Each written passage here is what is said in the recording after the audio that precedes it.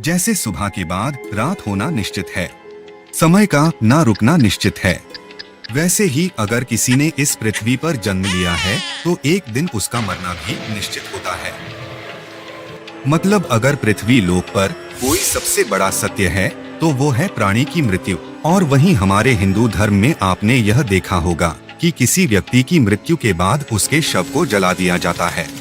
साथ ही आपने ये भी देखा होगा कि अगर किसी की मृत्यु सूरज ढलने के बाद होती है तो उसका अंतिम संस्कार उस रात को कभी भी नहीं किया जाता है जिस रात उसकी मौत हुई है, बल्कि उसका अंतिम संस्कार अगले दिन की सुबह किया जाता है। ऐसे में आपने गौर किया होगा कि किसी परिवार में अगर किसी की मृत्यु शाम के बाद होती है तो कभी भी उस शव को अकेला भी नहीं छोड़ा जाता। लेकिन दोस्तों, क्या आप ये जानते हैं कि शव को रात भर अकेला क्यों नहीं छोड़ा जाता?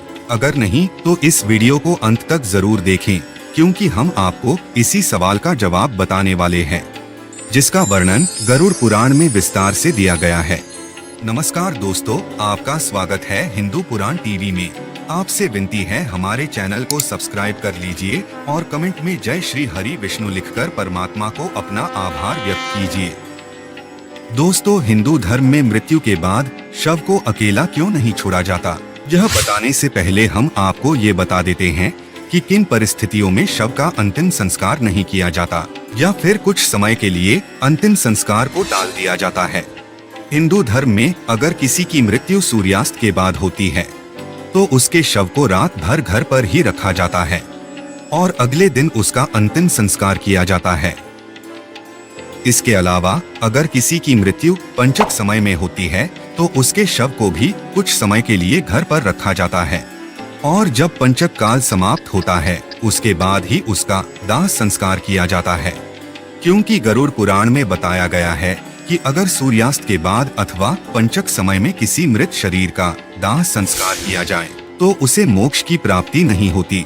इसीलिए अगर कोई रात में मर जाए तो ऐसी स्थिति में लाश को लेकर शमशान घाट नहीं जाते हैं और लाश को घर पर ही रखा जाता है और सुबह होने का इंतजार किया जाता है।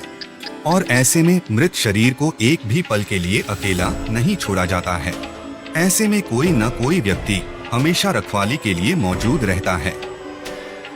हमारे हिंदू धर्म शास्त्र के अनुसार मृत शरीर को अकेला नहीं छोड़ने का सबसे बड़ा कारण है कि अगर शव को अकेला छोड़ दिया जाए तो हो सकता है कि कुत्ते, बिल्ली, चूहे जैसे जानवर उस अकेले पड़े शव को नोच खाएं और इस कारण उस शव की दुर्गति हो जाती है। और गरुड़ पुराण की माने तो ऐसे में मृत आत्मा को भी यमलोक के मार्ग में ऐसी ही यातनाएं सहनी पड़ती हैं। साथ ही एक सत्य और भी है कि अगर शव को अकेला छोड़ दिया जाए तो शव सड़ना शुरू हो जाता है, जिस कारण उससे गंध आने लगती है। ऐसे में यह जरूरी हो जाता है कि वहाँ कोई न कोई व्यक्ति बैठा रहे और धूप या अगरबत्ती शव के चारों तरफ जलाता रहे ताकि शव से आने वाली दुर्गंध चारों ओर न फैले। महापुराण गरुड़ पुराण में विष्णु जी बताते हैं कि रात में अगर मृत शरीर को अकेला छोड़ दिया जाए तो उस शरीर के आसपास भटक रही बुरी आत्मा भी प्रवेश कर जाती है, जिससे मृतक के साथ साथ उसके परिजनों को भी कई तरह के कष्ट भोगने पड़ते हैं।